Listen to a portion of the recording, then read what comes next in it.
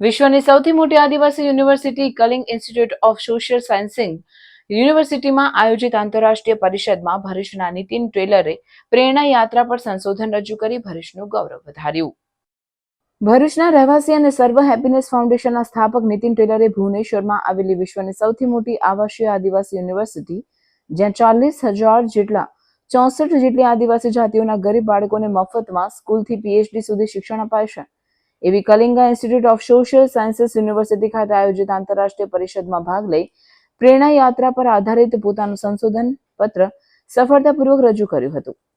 ફોસ્ટરિંગ entrepreneurship, innovation and sustainability વિષય પર યોજાયેલી આ 2 દિવસીય પરિષદ 17-18 જુલાઈ 2025 દરમિયાન યોજાઈ હતી, જેમાં ભારતના 22 રાજ્યો અને Romania, Spain, Bulgaria, Australia, Netherland, Nepal, Zambia, Oman, Germany સહિત 15 દેશોમાંથી કુલ 700 થી વધુ રિસર્ચ સ્કોલર, પ્રોફેસરો, સામાજિક ઉદ્યમી ઓનલાઈન અને ઓફલાઈન રૂપે ઉપસ્થિત રહ્યા હતા.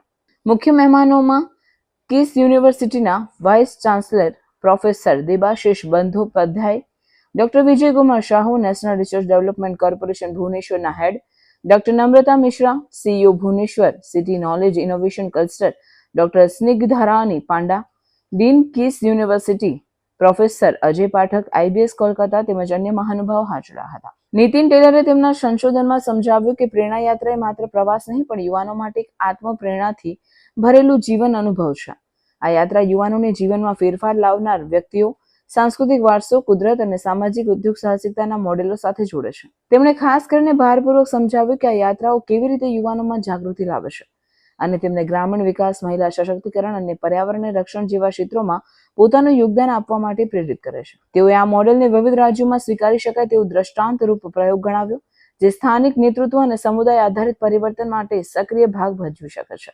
પરિષદમાં વિવિધ દેશોના શિક્ષકો, સંશોધકો અને સામાજિક કાર્યકરોની વચ્ચે નીતિન ટેલરના સંશોધન પ્રસ્તાવને ખાસ નોંધ મળી. તેમના કાર્ય અને સર્વ હેપીનેસ ફાઉન્ડેશન દ્વારા સામાજિક પરિવર્તન માટે ચાલતી યાત્રાઓને ખૂબ જ પ્રશંસા મળી. આ સિદ્ધિ ભરૂચ જિલ્લામાં ગૌરવમાં એક ઉમદા ઉમેરો છે, જે દર્શાવે છે કે નાના શહેરોના યુવાનો પણ વૈશ્વિક મંચ પર મૂલ્ય આધારિત નેતૃત્વ અને નવોચાર દ્વારા પોતાની એક અલગ ઓળખ ઊભી કરી શકે છે.